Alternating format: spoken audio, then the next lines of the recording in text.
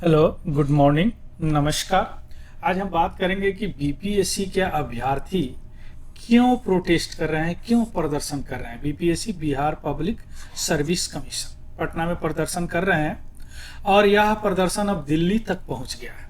तो इसके पीछे का कारण क्या है, स्टूडेंट का डिमांड क्या है, सरकार क्या कह रही है, ये सारे चीज अभी हम समझने का प्रयास करते हैं। चलिए शुरू करते हैं।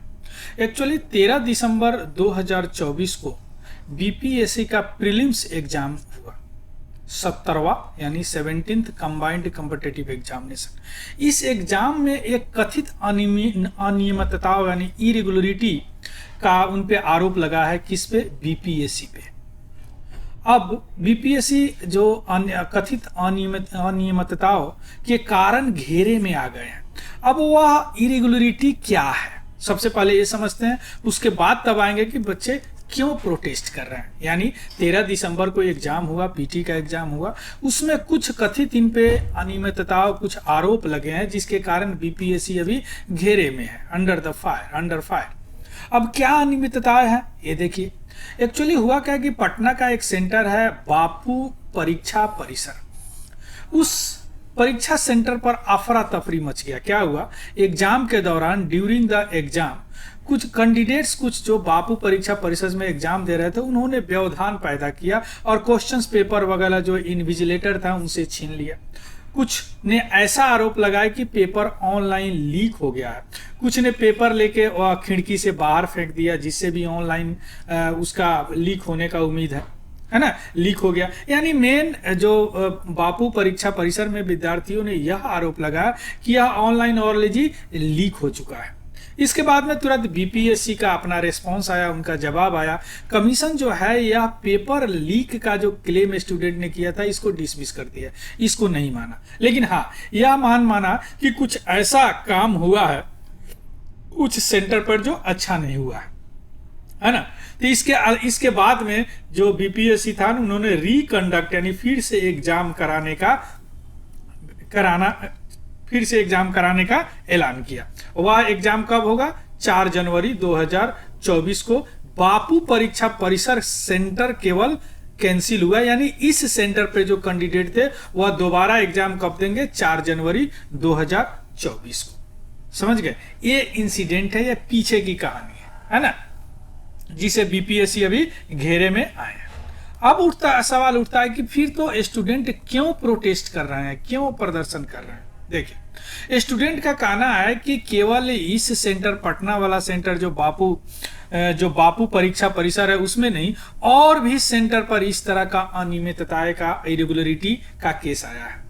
कैंडिडेट ऐसा कथित रूप से इस तरह का इशू आया, जैसे कहीं कहीं पे सीसीटीवी काम नहीं कर रहा था, कहीं पे जैमर लगाया हुआ था, कहीं पे लेट क्वेश्चंस पेपर का डिस्ट्रीब्यूशन हुआ सेंटर पे। तो इसीलिए अभ्यर्थी जो है, एस्पिरेंट जो है, वह डिमांड कर रहे हैं कि री एग्जाम कराइए पूरे सेंटर पे, निष्पक्षता को इंश्योर करने के लिए कि निष्पक्षता हो।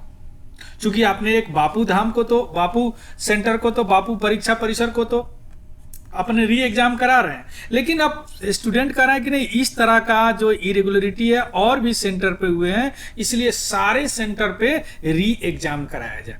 इसके अलावा स्टूडेंट की और भी चिंता है, चूंकि ये नॉर्मलाइजेशन पर एक मैं वीडियो बनाया हूं, एक बार चेकआउट कीजिएगा होता क्या है।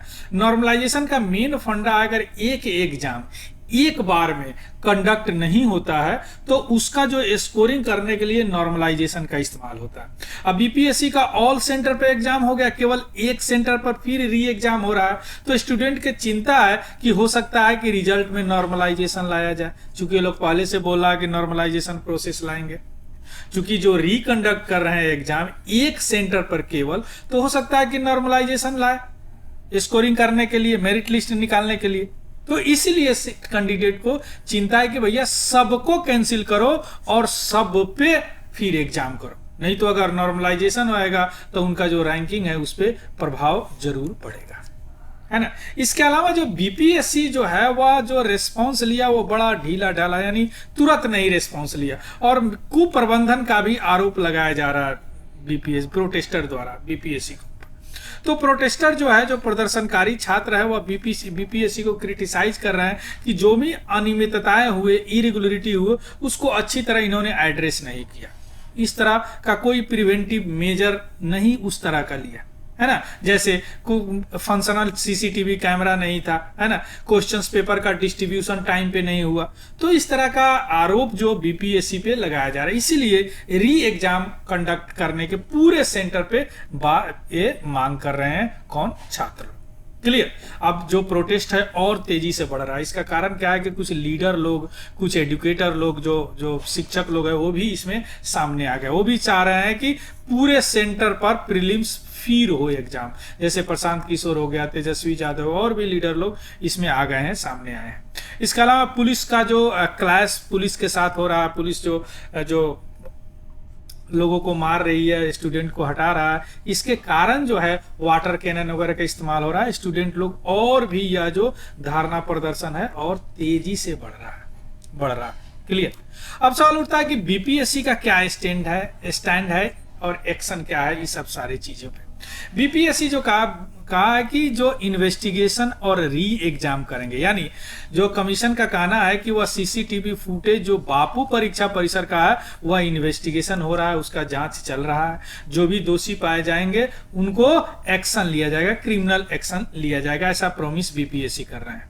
क्लियर। लेकिन बीपीएससी कह रहा है कि जो 912 टोटल सेंटर था, 911 सेंटर पर तो अच्छी तरह एग्जाम हुआ है, तो 912 सेंटर पर क्यों री एग्जाम कराएं, क्यों नहीं एक सेंटर पर ही एग्जाम कराएं। यह बीपीएससी का स्टैंड है और उनका एक्शन है। क्लियर।